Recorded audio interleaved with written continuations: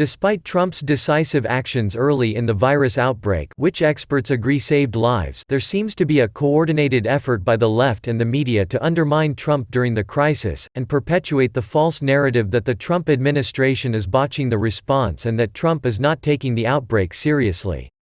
It's strikingly different from what happened during the 2009 pandemic, when the media was determined to present Barack Obama glowingly, especially in the middle of a recession.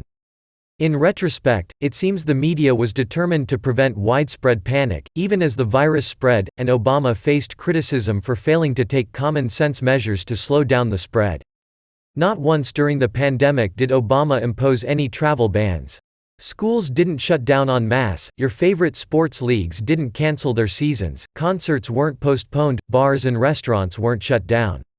In retrospect, the Obama administration didn't take the threat seriously enough to make the tough decisions to reduce the rate of infection, and the media didn't make it their cause to undermine him and create panic.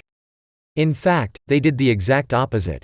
Here's what the New York Times reported at the time: Mr. Obama, we want to ensure that in the worst-case scenario, we can manage the situation appropriately. The president's comments came at the end of a week-long balancing act in which his public words and actions were carefully measured to summon a sense of urgency without setting off a panic. It was no coincidence, his aides said, that he played golf the day his administration declared a national emergency. And there were behind-the-scenes worries about whether he would be ridiculed for using a presidential news conference to urge people to wash their hands.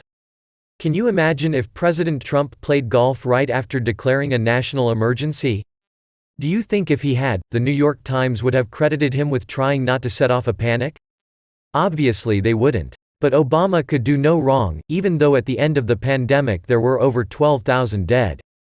As of March 15, the CDC reports there are 1,629 confirmed cases in the United States and 41 deaths. But Barack Obama went golfing to show we shouldn't panic over a pandemic that caused an average of 1,000 deaths a month and was praised for it. President Trump declared a national emergency 2 days after the World Health Organization declared a global pandemic.